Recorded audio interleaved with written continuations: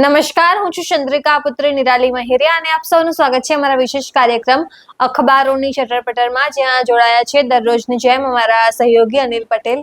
નમસ્તે. નમસ્તે sir. Sir, સૌથી પહેલો સવાલ છે કે સરકારે નવી સ્ટ્રેટેજી અપનાવી છે આપણને રોકવાની. પહેલા 4 વાર આપણા પેજ બેન કર્યા અને હવે પેજ નહીં બેન કરતા, પણ જે રીલ્સ વાયરલ થતી હોય ને એ બેન કરી દે છે. હું તો બતાવી પણ શકું છું આપણી ઓડિયન્સને કેવી રીતે બેન કરે છે. ક્યાં ગયું? એક સેકન્ડ. આ રીતનું લખેલું આવે છે, video not available in India. પછી આપણે જોઈએ ને કે CY તો એમ કહે છે કે એમને ગવર્મેન્ટની રિક્વેસ્ટ આવી છે માટે તમારો વિડીયો બેન કર્યો છે. કેમ આવું બધું? શું વિડીયો હતો એ જે બેન થયું છે? અદાણી વિશે ખેડૂત, મોરબીના એક ખેડૂત છે, બોલે છે કે અદાણીની તો માં હણાઈ જશે, કેમ કે અમારા રોષ હતો. બીજી એક રીલ હતી કે મોદીજીના ઝોલામાં શું છે, તો 8 કરોડનું પ્લાન છે, 8,000 કરોડનું પ્લાન છે ને 2 લાખના જૂતા છે ને 10 લાખનો સૂટ છે ને તો ઝોલો લઈને જતા રહેશે વિદેશમાં. એટલે આ બધું શું છે? અને મારી બી 2 રીલ્સ બેન થઈ. એ કઈ હતી એ બી કહી દો. ભૂપેન્દ્રભાઈના વિસ્તારમાં લોકો ભૂપેન્દ્રભાઈને ગાળો આપતા હતા કે આ અમારું કામ નથી કરતા, કોર્પોરેટર એમને ગાંઠતા નથી ને એવું બધું. જો મૂળ વસ્તુ કેવી છે, હું તમને શરૂઆત કરીશ. અત્યારે એક હાલમાં ફિલ્મ આવી હતી સતલુજ. શું? સતલુજ કરીને એક ફિલ્મ આવી હતી ZEE5 ઉપર. એ ફિલ્મ શેના ઉપર બની હતી? 1995ની અંદર 25,000 લોકો પંજાબમાંથી ગાયબ થઈ ગયા હતા. એની જોડે શું થયું હતું? તો એ લોકોનું ખોટા એન્કાઉન્ટર થયા હતા. પોલીસે એમને જાણી જોઈને મારી નાખેલા. હજારોની સંખ્યામાં, કહું છું, હજારોની સંખ્યામાં લોકો, યુવાનો ઉપર આતંકવાદી નામો આપીને એમને મારી નાખવામાં આવ્યા હતા. કારણ હતું કે એ સમય દરમિયાન જે આખું ખાલિસ્તાની આખી મુવમેન્ટ ચાલતી હતી. KPS ગિલ ત્યારે જે છે એ DGP હતા અને એમને તમામ અધિકારીઓને કીધું હતું કે હોક બાય કુક તમે આતંકવાદને ડામો. અને જે જેટલા એન્કાઉન્ટર કરતા એ તમામ લોકોને એટલું મોટી રકમ મળતી, ઇનામ મળતું, એ તમામ વસ્તુ થતી.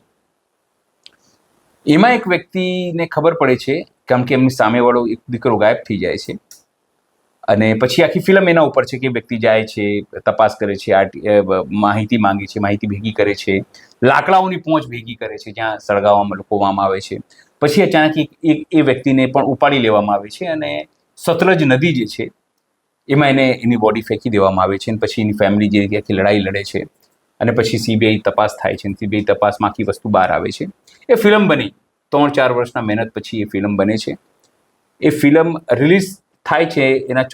એનો હીરો ઇન્સ્ટાગ્રામ પર લાઈવ આવીને કહે છે કે મારી ફિલ્મ ક્યારે પણ ગાયબ થઈ શકે છે, તમે ડાઉનલોડ કરી લેજો. સરકારે કીધું કે તમારી જે ફિલ્મ છે એ ભારતમાં બેન છે, તમે વિદેશમાં ફિલ્મ જોઈ શકો છો, અહીંયા બેન છે. જે મેં ફિલ્મ ગાયબ થઈ ગઈ આ દેશમાંથી, ખૂબ ચર્ચા થઈ હતી 2-4 દિવસ પહેલા, પણ આપણે બીજા વસ્તુમાં હતા એટલે પણ. અને એવી જ રીતે આપણી રીલ્સ પણ ગાયબ થઈ રહી છે. જે તમને વાત હું સમજાવવાનો પ્રયત્ન કરી રહ્યો છું કે એ ઘટનાક્રમ દરમિયાન ત્યારે BN સિંહ નામના એના CM હતા પંજાબના, એમને બોમ્બથી ઉડાવી દેવામાં આવ્યું હતું અને પોલીસ કોન્સ્ટેબલે પોતાના બોમ્બથી ઉડાવી દીધું હતું. એ ફિલ્મ થોડી કોન્ટ્રોવર્શિયલ હતી, પણ પહેલાં એનું અલગ નામ હતું, પછી પંજાબ 95 નામ રાખવામાં આવ્યું, પછી પણ સેન્સર બોર્ડે કીધું કે ના, હજુ તમે નામ બદલ્યું, એટલે લોકોએ સતલુજ રાખેલું. તમે સમજો કે 24 કલાક પહેલાં OTT પ્લેટફોર્મ પર ફિલ્મ રિલીઝ થાય છે અને 24 કલાકમાં એ ગાયબ થઈ જાય છે, ગાયબ કરી દેવામાં આવે છે. એવી જ હાલત આપણી છે ગુજરાતમાં. તમે કહેશો આપણે ગાયબ થઈ જઈશું. હા, તમે વિચારો એ ફિલ્મમાં કેવું છે? એ ફિલ્મમાં 25,000 લોકો ગાયબ થઈ ગયા. જે વ્યક્તિ એને સવાલ પૂછ્યો એ વ્યક્તિ ગાયબ થઈ ગયો. પછી એના ઉપર ફિલ્મ બને છે, ફિલ્મ પણ ગાયબ થઈ જાય છે. એવી જ રીતે આપણી હાલત છે ગુજરાતમાં. જો હું તમને વાત કરું છું, મોટી વાત એ હતી કે જે ઘટનાક્રમ ઘટ્યું હતું તે સમય દરમિયાન કોંગ્રેસની સરકાર હતી, તમે સમજો, ત્યારે પંજાબમાં. આજે તો ભારતીય જનતા પાર્ટીની સરકાર દિલ્હીમાં છે, કેન્દ્રમાં છે અને ત્યાં આમ આદમી પાર્ટીની સરકાર છે. છતાં એ ફિલ્મને કેમ ગાયબ કરવામાં આવી? સવાલ થાય છે ને. શું એ સવાલ ઉઠાવતી હતી? શું એના થકી સરકારનું ઉજાગર થતું હતું? આપણી સાથે જે ઘટના હું તમને કહું છું કે આપણા પેજો ઉડાડી દેવા, આપણને બેન કરવા, હવે એમને ખબર પડી ગઈ છે કે ખેડૂતોમાં આપણું સમર્થન મળી રહ્યું છે, જ્યાં જઈએ છીએ આપણને સન્માન મળે છે, તમામ વસ્તુ થાય છે. પણ મૂળ વસ્તુ એ છે કે જે રીતે હવે એ લોકોએ સ્ટ્રેટેજી બદલી, એમને ખબર છે કે એમને ઉલટાનો આ લોકો મોટા થઈ રહ્યા છે.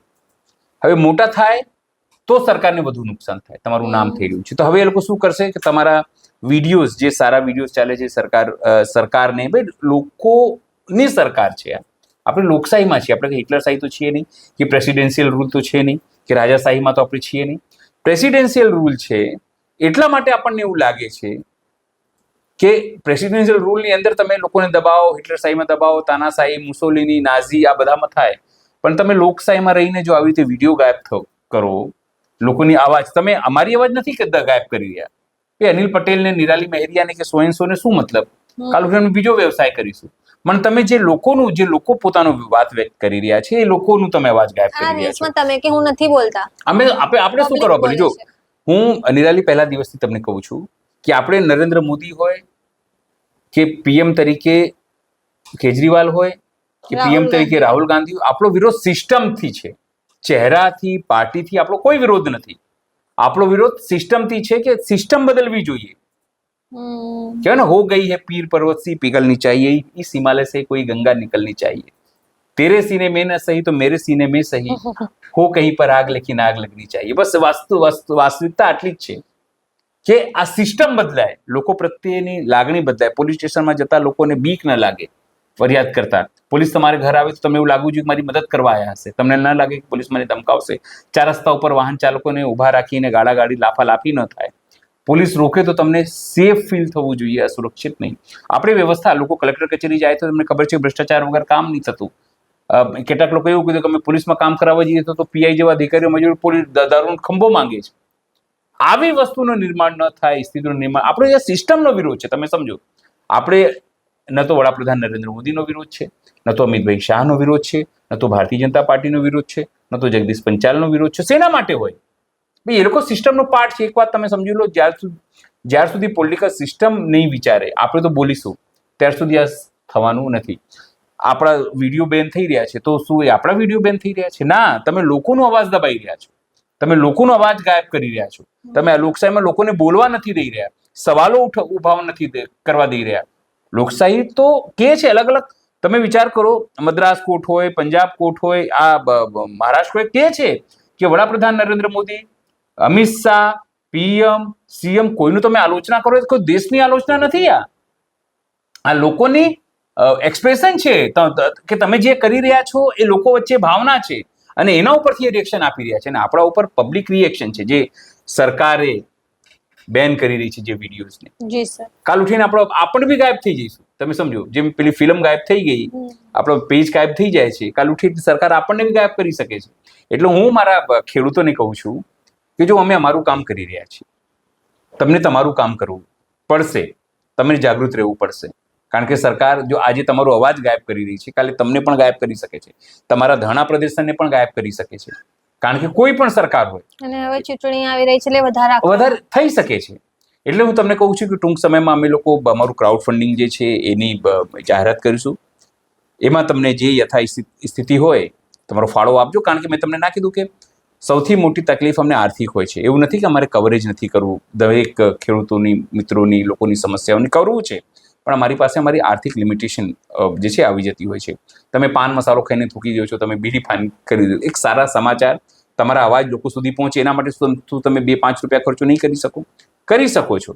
જો તમે અમને આવી રીતે સમર્થન આપશો, જલ્દી જ અમે જાહેરાત કરીશું, એની QR કોડ પણ તમને આપીશું, નંબર પણ આપીશું. એના ઉપર તમારી જે યથાસ્થિતિ હોય તમે આપજો, જેનાથી તમારી અવાજ જે છે અમે અમારા પ્લેટફોર્મ મૂકીને લોકો સુધી પહોંચાડી શકીએ. મૂળ વસ્તુ એટલી છે કે આજે અમારા વિડીયો ગાયબ થઈ રહ્યા છે, કાલે અમે પણ ગાયબ થઈ જઈશું. અને આવું ચાલતું રહ્યું, તમે જાગ્યા નહીં તો કાલે તમે પણ ગાયબ થઈ જશો. જી સર, બીજો સવાલ છે. અમિત શાહ ગુજરાતમાં આવીને આખું સંગઠનની મીટિંગ કરી અને બધા નેતાઓને એમ કહ્યું કે તમે ખેડૂતો, મહિલાઓ, યુવાનો આ બધા સાથે વાતચીત કરવાનું રાખો, ગ્રાઉન્ડ પર જવાનું રાખો. એટલે એનો મતલબ એમ છે કે ગુજરાતના નેતાઓએ બધાથી દૂરી કરી લીધી છે, તો જ અમિત શાહને આવીને બધું કહેવું પડે ને. જો સૌથી મોટી વાત વ્યાલી, સ્થાનિક સ્વરાજની ચૂંટણી તમારે પોલીસનો ઉપયોગ કરવો પડે તો એનો મતલબ તમે માની ચાલો કે તમારું ગ્રાઉન્ડ સાથે જે કનેક્શન છે, જમીન સાથેનું જે કનેક્શન છે, મતદારો સાથેનું જે કનેક્શન, એ ખતમ છે. તમે વડાપ્રધાન નરેન્દ્ર મોદીના ચહેરાના ભરોસે હંમેશા જીતી શકશો નહીં. એ વાત અમિત શાહ સારી રીતે સમજી શકે છે. અમિત શાહ સંગઠનના માણસ છે. અમિત શાહ સંગઠન ચલાવે છે. એમને ખબર છે કંટ્રોલ કઈ રીતે કરવું, કઈ પાર્ટીને કઈ રીતે તોડવું, કઈ રીતે પોતાની સાથે રહેવું. દેશમાં આપણે જોઈ રહ્યા છે, ટીએમસી હોય, એનસીપી હોય, શિવસેના હોય, સાઉથની પાર્ટીઓ હોય, નોર્થની પાર્ટીઓ હોય, તમામ જગ્યાએ. પણ મૂળ વસ્તુ એટલી છે, એમને ખબર છે કે આ ગુજરાત છે. ગુજરાતમાં વિરોધનો સૂર ધીરે ધીરે શરૂ થયો છે. ખેડૂતો બોલી રહ્યા છે, યુવાનો બોલી રહ્યા છે, શિક્ષકો બોલી રહ્યા છે, મહિલાઓ બોલી રહી છે. સમજો, કોણ નથી બોલી રહ્યું? તો ભારતીય જનતા પાર્ટીના નેતાઓ નથી બોલી રહ્યા, ભારતીય જનતા પાર્ટીના કાર્યકર્તાઓ નથી બોલી રહ્યા, ભારતીય જનતા પાર્ટી સમર્થિત જે કલાકારો છે એ નથી બોલી રહ્યા, બિઝનેસમેન નથી બોલી રહ્યા, સેલિબ્રિટીઝ જેને અભિનેતા આપણે કહીએ છીએ, ભારતીય જનતા પાર્ટીના સહયોગી લોકો એ નથી બોલી રહ્યા, વેપારીઓ નથી બોલી રહ્યા, અને ભારતીય જનતા પાર્ટી સમર્થિત મોદી મીડિયા નથી બોલી રહ્યું. બાકી બધા બોલી રહ્યા છે.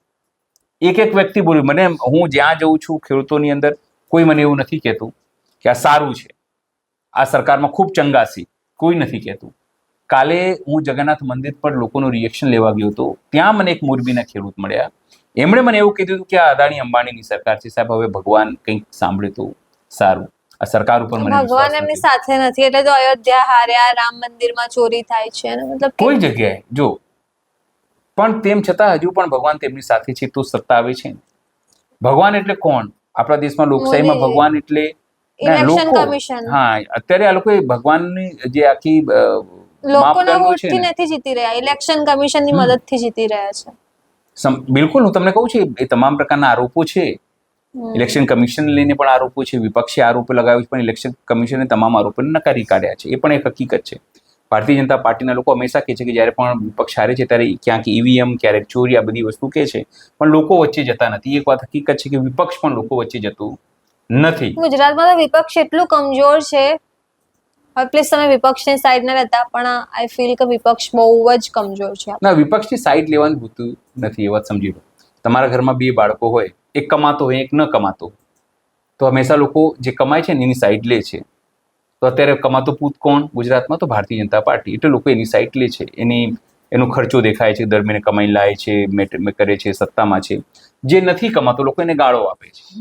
સમજો, હકીકત છે કે ઘરમાં બેસીને ખાય છે, જો તારો ભાઈ આવું કરે, તું કશું નથી કરતો, આ નથી. એવું નથી કે આનો પ્રયત્ન નથી કરી રહ્યો, પણ એના પ્રયત્નમાં ખામી છે, એ 100% છે. હું વિપક્ષના પ્રયત્નોમાં ખામી મને દેખાય છે. આમ આદમી પાર્ટીના પ્રયત્નોમાં મને ખામી દેખાય છે, મને કોંગ્રેસની પ્રયત્નોમાં ખામી દેખાય છે. મને ખબર નથી કેમ કે નથી પડતી. આક્રમક નહીં થઈ રહ્યા, એનાથી વધારે આક્રમક તો આપણી ચેનલ છે. હોઈ શકે છે. જો, એમાં એવું છે, આપણને એવું લાગી શકે છે કારણ કે આપણે બોલી રહ્યા છીએ. હું તમને હજુ બી કહું છું, મેઇન સ્ટ્રીમ મીડિયા જે છે, જે દિવસે આ ગોદી મીડિયાના ચુંગાલમાંથી નીકળી જશે, નહીં નીકળે માનસિક રીતથી, તો એ પણ એક કામ કરી શકશે. મીડિયા એવું નથી કે ગોદી છે. અગર કોંગ્રેસની સરકાર આવશે ને તો મીડિયા કોંગ્રેસ તરફ થઈ જશે. આપની સરકાર આવશે ને તો મીડિયા આપ તરફ થઈ જશે. ટીવી મીડિયા હંમેશા જેની સરકાર હશે ને એનો સાથ આપશે જ. એટલે આજે મોદીજીની છે તો ગોદી મીડિયા છે, કાલે રાહુલજીની હશે, એવું છે. બીજો સવાલ એ છે કે હવે ચૈતર વસાવાના કેસમાં શું અપડેટ છે, શું થશે આગળ? જો ચૈતર વસાવાની હું તમને વાત કરું તો ચૈતર વસાવાની સુનાવણી હવે 22મી તારીખે થવાનું છે. 22મી તારીખે એમને જામીન માટે, એમના પત્નીના જામીન માટે તમામ વસ્તુ થશે. પણ એની પહેલા 20 તારીખે એક મોટી રેલીનું આયોજન રાજપીપળામાં કરવામાં આવ્યું છે. એની બી પહેલા અત્યારે સિગ્નેચર કેમ્પેન આખું ચાલી રહ્યું છે. ઘરે ઘરે ફરીને એમની ટીમો, એના સહયોગી, એમના મિત્રો એ ત્યાં જઈને સિગ્નેચર કેમ્પેન કરી રહ્યા છે, લોકોનું સમર્થન લઈ રહ્યા છે. રિક્ષાવાળા હોય, સામાન્ય લોકો હોય, ગરીબો હોય, જે લોકો એમના સમર્થનમાં 1 લાખથી વધુ સહી કેમ્પેન જે છે કરી રહ્યા છે. એટલે કે જે ન્યાયાધીશની અદાલત છે, જે સરકારી અદાલત છે, એને તો અન્યાય કર્યો આરોપ છે એના પરિવારનો, ચૈતર વસાવાનો પરિવારનો, એના સમર્થકોનો. પણ હવે તે લોકોના અદાલતમાં જઈ રહ્યા છે કે લોકો શું માને છે ચૈતર વસાવાને. ભાઈ, સરકારી અદાલત કે ભારતીય જનતા પાર્ટીની અદાલત એવું કે છે, લોકો આરોપ લગાવે છે કે આ સરકારી અદાલત છે, તેને નથી જોયું, એને ન્યાય નથી કર્યો, એટલા માટે તેઓ હાઈકોર્ટમાં ગયા છે અને હાઈકોર્ટમાં એમની જામીનની સુનાવણી થવાની છે. પણ તેઓ લોકોના અદાલતમાં ગયા છે. લોકોના, ભાઈ, લોકશાહીની અંદર નિરાલી માય બાપ કોણ? લોકો, મતદારો. લોકો કરતા મતદારો, જે લોકો મતદાર છે, એ મતદારો વચ્ચે જઈને દૂધનું દૂધ, પાણીનું પાણી, કોણ સાચું કોણ ખોટું, આખી કેસની વિગત એ લોકો ગ્રાઉન્ડ રિપોર્ટ ઉપર જઈને પહોંચાડી રહ્યા છે. ગ્રાઉન્ડ રિપોર્ટ ઉપર કેમ પહોંચાડી રહ્યા છે? જેથી ભારતીય જનતા પાર્ટીના નેતાઓ જ્યારે પણ કોઈ વાત કહે તો સામાન્ય લોકો, એમના સમર્થકો એ વાત ખુલીને કહી શકે કે સાહેબ આમાં આવું નથી, એકચ્યુઅલી આવું છે. કોર્ટે જે આદેશ કર્યો 7 વર્ષની સજા, એમાં તમામને 7 વર્ષની સજા કરીને કોર્ટે સાબિત કરી દીધું હતું એ સમય દરમિયાન કે ક્યાંક ને ક્યાંક આની અંદર કંઈક લોચા છે કેસમાં, બરાબર નથી, બધું બરાબર નથી. પોતાના રીતે કોર્ટે સજા કરી હશે, ત્યાં એમની પાસે જે એવિડન્સ આવ્યા હશે, પણ હાઈકોર્ટમાં જે રોજે રોજની સુનાવણી આપણે સાંભળીએ છીએ કે મેં સાંભળી, એમાં સ્પષ્ટપણે લાગ્યું, જે ચૈત્ર વસાવાએ લખ્યું કે આટલી વસ્તુમાં ક્યાંક ને ક્યાંક ખામી છે. જવાબ નથી લીધું, ગન પાઉન્ડર નથી, બંદૂક નથી, ફાયરિંગની વાત છે. જે લાફો જેને માર્યો, જેને કહે છે મને લાફો, એ 3-4 દિવસ પછી હોસ્પિટલ જાય છે, પોતે ફરિયાદ નથી કરતા, ડીએફઓના કહેવાથી બીજા દિવસે ફરિયાદ કરે છે. એમના પત્ની વિશે એવું કહેવાય છે કે તો કંઈ બોલ્યા જ નથી, છતાં પણ એમને નાખી દીધું છે. એટલે આટલી વસ્તુઓ જે વાત બહાર આવી છે, એનાથી લોકલ અદાલત કન્વિન્સ થઈ ગઈ હશે, પણ હાઈકોર્ટમાં તમારે કહ્યું, તમે હાઈકોર્ટમાં ના જાઓ તો સુપ્રીમ કોર્ટમાં તમારે જવું પડશે. સમજો. અને સરકાર પણ એટલા માટે જ વેઇટ એન્ડ વોચ કરી રહી છે, એટલા માટે જ એમનું સભ્યપદ જે નથી, ધારાસભ્યપદ કહી રહી છે કે જો સભ્યપદ જશે તો એમને સહાનુભૂતિ મળશે તો કાલ ઉઠીને એમની જગ્યાએ એમના પત્ની કે કોઈ બીજા વ્યક્તિને ઉભા રાખશે, એ પણ જીતી જશે. નર્મદા જેમ હારી ગયા તો સ્વાભાવિક છે કે એની લહેર સમગ્ર આદિવાસી વિસ્તાર કહેવાય છે ઉમરગામથી અંબાજી સુધી, એના ઉપર પણ પડી શકે છે. એની અસર આજુબાજુ જે રાજ્યો છે, રાજસ્થાન, મધ્યપ્રદેશ, ઝારખંડ, મહારાષ્ટ્ર, છત્તીસગઢ, એ તમામ જે આસામ જ્યાંથી લોકો આવ્યા હતા, એ તમામ રાજ્યોમાં પણ એની અસર પડશે કે જો કેવી રીતે ખોટી રીતે અંદર નાખી દીધું, સભ્યપદ રદ કરી દીધું, આ તમામ વસ્તુ. અને આદિવાસીઓમાં કેવું છે, એ લોકો ટીટ ફોર ટેટમાં માને છે કે તમે અમારા નેતાને જેલમાં નાખ્યા છે ને, જો હવે તમને અમને ખેર પાડીશું. એટલે આવી તમામ પ્રકારની સંભાવના છે, જેને જોઈને સરકાર ધીરે ધીરે ફૂંકીને પગ મૂકી રહી છે. અને મને તો એવું લાગે છે 22મી તારીખે બધું અધિકાર છે તો હાઈકોર્ટના હાથમાં છે અને જજોના હાથમાં છે, પણ ક્યાંક સરકાર દબાશે, મને એવું લાગે છે. અને 20મી તારીખે, કારણ 22મી તારીખે ચુકાદો છે, એની પહેલા 20મી તારીખે એક શક્તિ પ્રદર્શનનું આયોજન રાજપીપળામાં એ કરવામાં આવ્યું છે. કેમ કે મને ખબર છે કે જ્યારે એક શક્તિ પ્રદર્શન થયું હતું ત્યારે એ પેલો 18 દિવસનો દીકરાવાળી જે માં છે, જે માં લઈને ગઈ હતી, શકુંતલાબેન પણ એનું નામ હતું, એને જામીન મળી ગયા હતા. અને સરકારી વકીલે આવીને કીધું હતું કે ભાઈ એ તો સરકારમાંથી સીએમ અને એચએમ એમને કીધું હતું કે ભાઈ માનવતાભર્યું વલણ દાખવજો, એટલે અમે જામીનનો વિરોધ કર્યો નથી. એનાથી સાબિત થાય છે કે આ કેસની અંદર જો એક મોટું શક્તિ પ્રદર્શન કરશે આમ આદમી પાર્ટી આદિવાસી વિસ્તારોમાં, તો નિશ્ચિત છે કે સરકાર ઉપર દબાણ આવશે. અને કદાચ કહું છું, મારા દીકરા હું કંઈ જજ નથી કે શું આવી શકે છે, પણ બધાને ખબર છે કે જો પ્રોપર દબાણ આવે તો સરકાર કેવું સ્ટેન્ડ લઈ શકે છે, અને જે રીતે સરકારી વકીલનું વલણ રહ્યું એ કેવી રીતે સ્ટેન્ડ લઈ શકે છે. જી સર, છેલ્લો સવાલ છે કે જેતપર બાદ હવે પડધરીમાં પણ ખેડૂતો આંદોલન કરવાના છે અને જેતપર વાસીઓએ સમર્થન પણ આપ્યું છે, તો એ બધી જગ્યાએ આંદોલન થશે એવું છે? જો તમને એક વાત કહી દઉં તમને કે આ લોકોને ખબર પડી ગઈ છે સરકારની, એટલા માટે જ એને પરિપત્ર બહાર પાડ્યો હતો 2 ગણા મુઆવઝાનું, 2 ગણા વળતરનું. પણ એનાથી થયું છે શું આખી ઘટનાક્રમમાં કે ખેડૂતોને એટલી ખબર પડી કે જો જેતપરની અંદર 20 દિવસ ઉપવાસ રાખીને સરકારને અડધી કોણીએ વાંકી કરી શકાય છે, તો વધુ આંદોલન કરીને, વધુ ઉગ્ર આંદોલન કરીને વધુ વળતર મેળવી શકાય છે.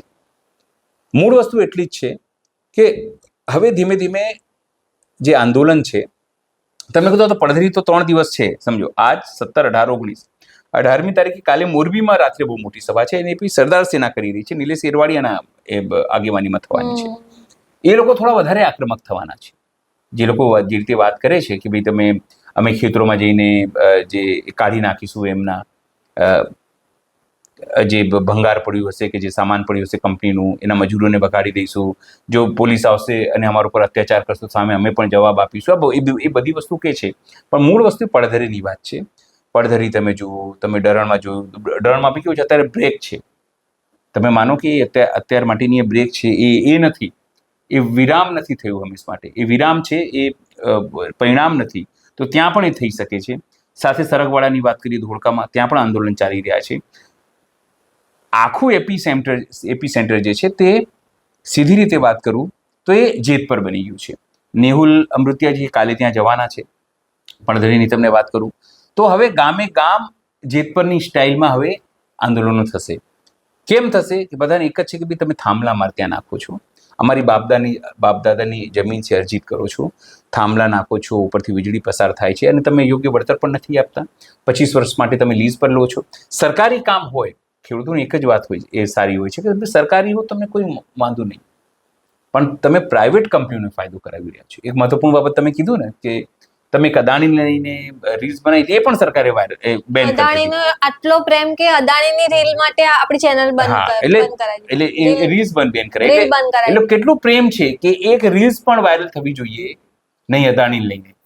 તમે અદાણીના થાંભલા નંખાવામાં મદદ કરો, તમે એને ભાડે પોલીસ આપો, તમે તમામ તંત્ર એના ચરણોમાં નાખી દો, એ વાત બરાબર છે. પણ જે લોકો અદાણી વિરુદ્ધ બોલે એના વિડીયો બી તમે કાપી નાખો, ગાયબ કરાવી દો. મતલબ શું છે કે તમારું આટલું બધું અદાણી એમને બહુ વાલો છે, દેખાય છે ને આપણને દેખાય છે કે અદાણી વાલો છે. પણ મૂળ વસ્તુ એટલી જ છે નિરાલી કે હવે ધીમે ધીમે ગામડાઓમાં સરકાર ભારતીય જનતા પાર્ટી પ્રત્યે લોકોની નારાજગી વધી રહી છે. એવું નથી કે ભારતીય જનતા પાર્ટી એને ડેમેજ કંટ્રોલ કરવાનો પ્રયત્ન નથી કરી રહી છે. એટલા માટે જ અમિત શાહને કહેવું પડે છે કે તમે લોકો વચ્ચે જાઓ. એનો મતલબ શું કે તમે લોકો વચ્ચે નથી. એટલે ડાયરેક્ટલી જગદીશ વિશ્વકર્માને ફટકાર કહેવાય. અરે સીએમ ને પણ, ભૂપેન્દ્ર પટેલને પણ આ ફટકાર કહેવાય, આ હર્ષ સંઘવીને પણ ફટકાર કહેવાય. જે ગુજરાત સમાચારે છાપ્યું છે એ તમે જુઓ, સત્તા વિરોધી લહેર ઊભી થાય તે પહેલા તમે લોકો વચ્ચે પહોંચો. એનો મતલબ શું કે નથી પહોંચી રહ્યા. શું કહી રહ્યા છે? ભાજપ હાઈકમાન્ડે સરકાર અને સંગઠનને મહામંત્ર આપ્યો, ગરીબો, મહિલા, યુવા, ખેડૂતો સાથે તાલમેલ સાધો. એનો મતલબ શું? તમારો તાલમેલ નથી, તો તમારે કેવું પડી રહ્યું છે. ગ્રામીણ આદિવાસી વિસ્તારમાં જનાધાર મજબૂત કરવો, એ પડકાર. વિધાનસભા બેઠક દીઠ ફાયદા નુકસાનની ચર્ચા કરાઈ. સાથે 156 સીટ કરતા ઓછી આવવી જોઈએ નહીં એવી સૂચના અપાઈ છે. કેમ?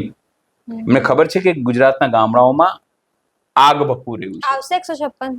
કેમ નહીં આવી શકે? જો આવી રીતે જો 156 182 આવી શકે, હું વ્યક્તિગત માનું છું કે 182 પણ આવી શકે છે જો આવી રીતે જ રહ્યું, જો વિપક્ષ નિષ્ક્રિય રહ્યું. મોરબી એવો વિસ્તાર રહ્યો છે જેને ક્યારેય વિપક્ષ એવું રાખ્યું જ નથી. મોરબી નહીં, જ્યાં સુરેન્દ્રનગર કોંડની વાત કરું છું ત્યાં નહીં, જ્યાં હું સરગવાળા ગયો તો ત્યાં નહીં. સરપંચ થી લઈને સાંસદ સુધી 7 એન્જિન ભારતીય જનતા પાર્ટી. જેમ કે અમારો જે મત વિસ્તાર છે ને ત્યાં કોઈ દિવસ એક જ પાર્ટી, જેમ કે કોંગ્રેસ પણ આવતી રહી છે, ભાજપ પણ આવતી રહી છે, તો એ થોડું રહે છે ડર કે અહીંયા કોંગ્રેસ આવી શકે છે. પણ આ બધા વિસ્તારોમાં રાજસ્થાનમાં 4 ગણું વળતર કેમ આપે છે કે ભાઈ ત્યાં ભાજપ કોંગ્રેસ થાય છે. અમારા બાપુનગરમાં એવું છે કે ગુજરાતની અંદર શું છે કે ના, આપણે એક જ ઇન્જિનને આપો ને, કારણ કે આપણને તો ડર લાગે છે મુસ્લિમોથી, આપણને તો અબ્દુલથી ડર લાગે છે, આપણે તો મસ્જિદથી ડર લાગે છે, ગાય ગોબરની રાજનીતિ આપણને ફાવી ગઈ છે. તમે સમજો, એમને લાગે છે કે ભારતીય જનતા પાર્ટી અબ્દુલની ચૂડી ટાઈટ કરે છે, પણ એ નહીં ખબર અનિલની બી ચૂડી ટાઈટ થઈ રહી છે, નિરાલીની બી ચૂડી ટાઈટ થઈ રહી છે, એને બી નહીં કામ કરવા દેતા. તમે સમજો, આપણે હિન્દુ નથી, હિન્દુને નહીં બેન કરી રહ્યા, લોકો નથી કરી રહ્યા. પઠાણ કા બચ્ચા છે. હા, એ પઠાણના બચ્ચાઓ છે, પણ આપણે તો હિન્દુના દીકરાઓ છે, દીકરા દીકરીઓ છે. નથી, હું પટેલનો દીકરા દીકરી, તમે મહેરિયાના દીકરા દીકરી છો કે નહીં? હિન્દુ નથી, આપણે સનાતની નથી, છતાં આપણા ઉપર બેન કરે છે ને. તો આ સરકારને હજુ હું કહું છું, હિન્દુ મુસ્લિમથી કોઈ મતલબ નથી. હિન્દુ હૃદય સમ્રાટ સાંભળતા નથી. હા, હિન્દુ મુસ્લિમથી કોઈ મતલબ નથી. એટલા માટે ગુસ્સી ટોકના આરોપીના ભાઈને ટિકિટ આપવામાં આવે છે, મુસ્લિમને, એ બી પરિવારવાદમાંથી. અને તમારા મારા જેવા હિન્દુ જે સાચું બોલે છે, જે કટ્ટર હિન્દુ છે, જે સનાતની હિન્દુ છે, એની ચેનલને બેન કરવામાં આવે છે અને વિડીયો ઉડાડવામાં આવે છે. અને વિડીયો બી કોના? હિન્દુ ખેડૂતોના, હિન્દુ મહિલાઓના. મુસ્લિમ મહિલાઓના વિડીયો નહીં ઉડાવવામાં આવતા. તમે જુઓ, ક્રિશ્ચિયન મહિલાઓનો નહીં, શીખ મહિલાઓના નહીં, કોના? હિન્દુ ખેડૂત મહિલાઓના, હિન્દુ ખેડૂત પુરુષોના. જે બી ઇન્ટરવ્યુ જે ઉડ્યા કોના હતા? અને એમાં એક ભાઈ તો સનાતન ધર્મની વાત કરતા હતા, એમનો વિડીયો ઉડી ગયો. તમને એ જ કહું છું, આ સરકારને ન તો કોઈ સનાતન ધર્મની પડી છે, ન તો હિન્દુ ધર્મની પડી છે, એમને માત્ર જીતની પડી છે. માર્કેટિંગ સારું કરી લે છે. હા, માર્કેટિંગ. અને લોકો કહે છે કે એમનું માર્કેટિંગ સારું છે, ઇવેન્ટ મેનેજમેન્ટ ખૂબ સારું હોય છે, એટલે લોકો આભાસમાં આવી જાય છે. પણ ઠીક છે, ભોગવાનું બી એને જ છે. આપણે તો આંદોલન કવર કરી શકીએ, આંદોલન કરશે તો આપણે કવર કરીશું, નહીં કર્યો તો આપણે ઘેર બેસીને મંજીરા વગાડીશું. ના, બીજી ન્યૂઝ કરીશું. તો તમે આ તમામ મુદ્દે શું વિચારો છો અમને જરૂરથી કમેન્ટ કરીને જણાવશો. તો અત્યાર માટે બસ આટલું જ. ધન્યવાદ. નમસ્કાર. બહુ